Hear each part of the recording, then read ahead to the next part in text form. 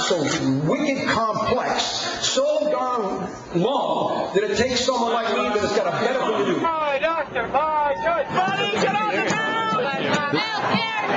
I can't pay for my hour. They're saying the same thing. I'm telling you, that's what government takeover does. They take some of the right things to do away. Now, if you think town halls are only relevant to health care, think again. Minnesota Governor Tim Pawlenty says this battle is good for the GOP. Good? How? He's going to tell you himself. He joins us live. Good evening, Governor. And why are these town hall meetings good for your party?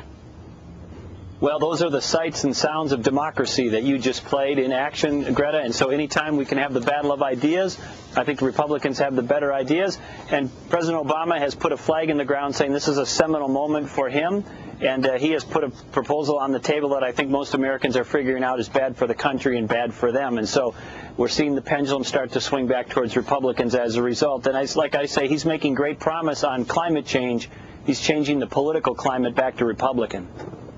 So what is the strategy for your Republican Party as these town halls continue to unfold across the country during this recess? Well, I think it's fair to say that this is a grassroots groundswell of people who are ticked off, concerned, they have questions, and they're expressing themselves, and that's why we have a democracy. So I'm not sure it's so much as part of a grand strategy as an awakening or a reawakening of the country, and people saying enough is enough with the federal government trying to take everything to Washington, D.C. We know the president was a former community organizer, but our definition of a community isn't the federal government in Washington, D.C. We have other notions about free enterprise, individual responsibility, freedom, liberty, and the like, and he's headed in a very different direction. I suppose, Governor, right now being in charge of Democrats is a little bit like herding cats, because they've got the conservative Democrats and they've got the more liberal ones. But as a practical matter, the president and Speaker Pelosi and the Senate Majority Leader, they don't even need a Republican vote to get this passed. So what if they just go ahead, they get their own Democrats and forget about you Republicans and pass it? Then what? Well, they have the votes to do that, but I think they've figured out that they would be ticking off the country.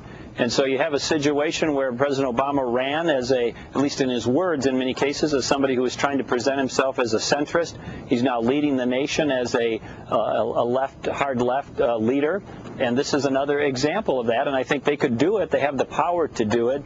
But I think they've taken pause and put the clutch in because they realize the country is in revolt over it. All right, I got to ask you this question. You're quoted as saying that one member of the media has a man crush on the president. Who's that, and do you want to explain it?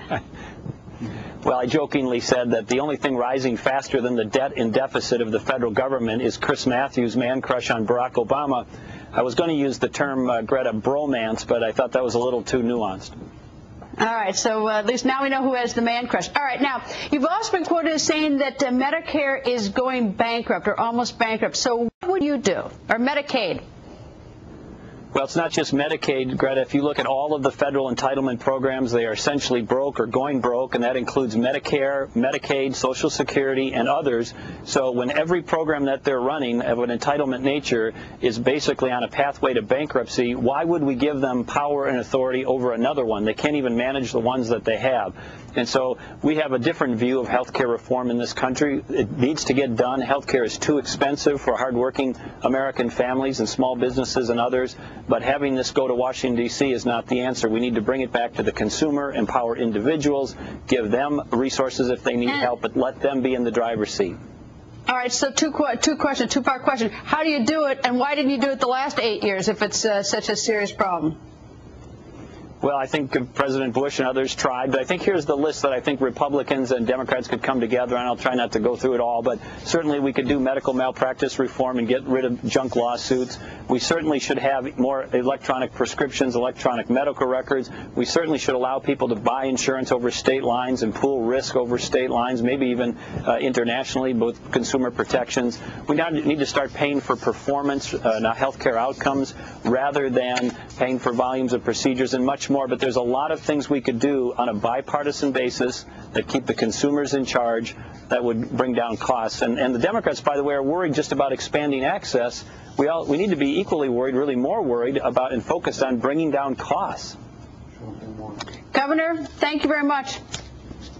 Oh, you're welcome. Brett Favre may still come to Minnesota, Greta. Well, you know, I was going to ask that question, but I thought I'd get in trouble if I did. I'm watching from afar. Don't worry. You and I need to talk about that. Nice to see you, Governor. News report out today. Okay, bye-bye. Do you have some inside information, Governor, on that? Well, there was a little news out of, I think, the KansasCityStar.com today that says that there's still a little activity there. Keep an eye on it. I will keep an eye on it. He'll be maybe wearing a purple 4. Thank you, Governor. All right. Thank you.